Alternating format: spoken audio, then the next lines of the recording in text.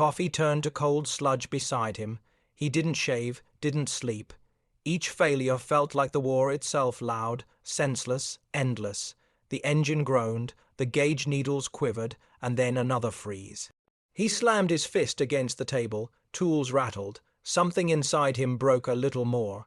For the first time, he thought of giving up. That night, the airfield was silent. Snow had begun to fall, thick and heavy, muting the world.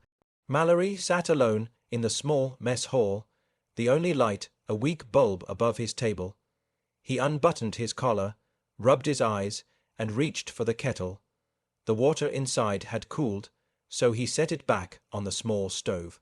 He watched as it began to tremble, a soft hiss building into a whistle. Steam poured out, curling through the dim light. He leaned closer. The condensation gathered along the metal lid, droplets forming, running, evaporating. Something about it stopped him. The movement, the warmth flowing through metal, transforming water into vapor. It was simple, yet perfect. He opened his notebook and wrote one word, vapor. Outside, the night was still. The snow kept falling. The sound of distant engines echoed faintly over the hills, bombers heading out again into the dark. Mallory closed his eyes. The image of the kettle lingered. The hiss of steam merged with the sound of those engines fading into the distance. He didn't know it yet, but the idea had already begun forming fragile, hidden alive. The seed of something extraordinary, born not from brilliance, but from exhaustion. Approx. 3 zeros. 00 words voiceover. Eddie cinematic prose the following morning. The airfield lay under a crust of white. The wind had carved lines across the snow, curling it against hangar doors and broken crates. A strange calm had settled, the kind that often came before bad news. Mallory arrived early, before anyone else. The air bit into his lungs as he walked across the tarmac. His boots crunched in rhythm with his thoughts, steady, cold, relentless. He unlocked the hangar and stepped inside. The smell of oil and iron wrapped around him like a familiar ghost. Everything was as he'd left it.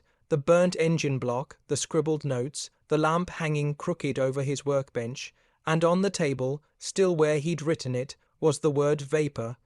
He ran his thumb over the smudge of pencil. A small word, but it felt heavier than anything he'd written before. All morning he couldn't shake it. The thought of that kettle, the hiss, the warmth travelling through thin metal, keeping the water alive.